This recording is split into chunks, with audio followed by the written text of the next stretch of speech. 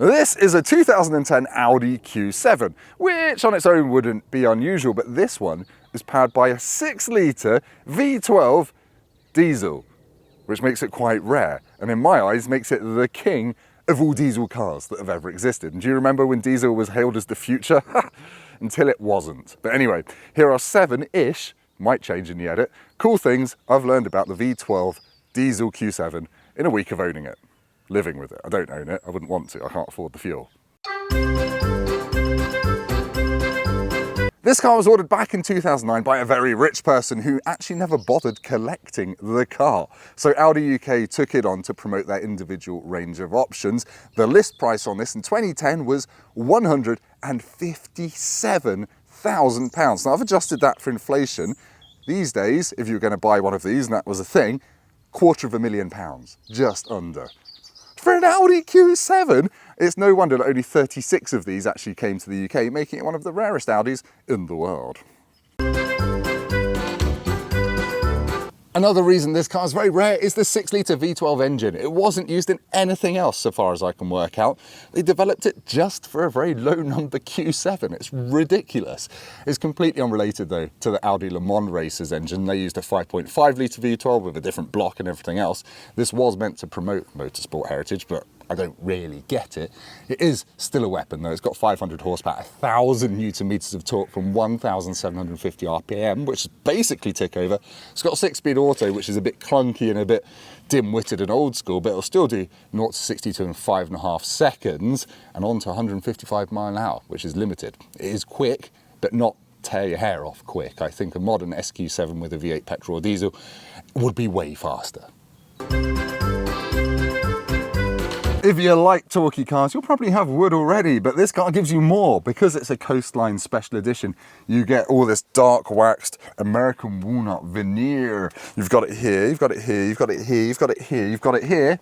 And here in the boot, you get this lovely, beautiful, solid wood boot floor, which looks amazing, but everything slides around and then it gets scratched. So you're going to have to do what Audi UK has done to protect that and stick some boot mat covers in there, just to stop the pretty thing you spent all your money on getting scratched, and now you can't really see it.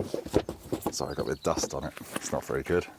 Impractical. Ferrari stole this idea, I think, with leather boots. Audi Q7 V12 diesel doesn't really sound like anything else. On a partial throttle, sounds a bit like a deep-chested V8, and when you do start revving it out, and bear in mind it only revs to about 4,500 RPM, you do get a bit of V12 noise. It's not like a howl, but look, listen. And then the gear shift takes forever. So yeah, it mostly just sounds quite complicated and quite expensive to fix if it ever goes wrong. It's also not very economical. You get about 20 mpg, and to be honest, you can get that out of a V10 R8 these days.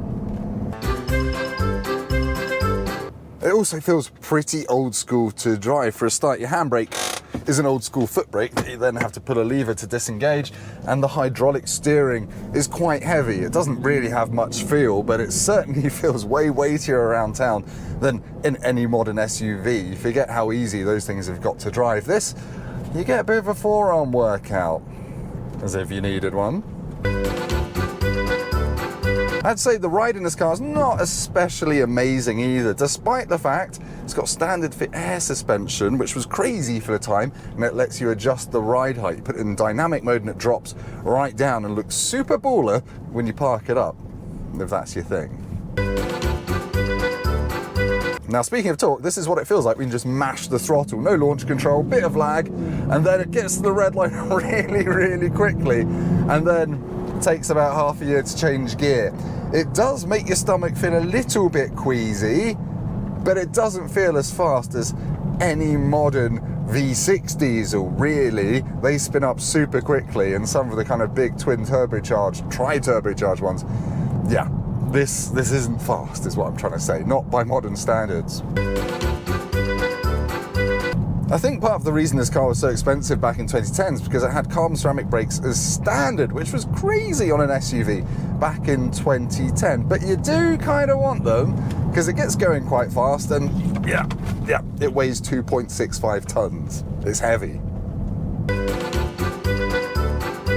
Now, despite having big V12 and decent straight line pace, the Q7 V12 doesn't feel like a sports car. When you come to a corner, it grips, it goes round, but it does start to understeer if you really push on, because that engine weighs 300 kilograms and it's an old school Audi. Don't try and push it too fast, just cruise along and revel in the excess of power that you always feel under your right foot.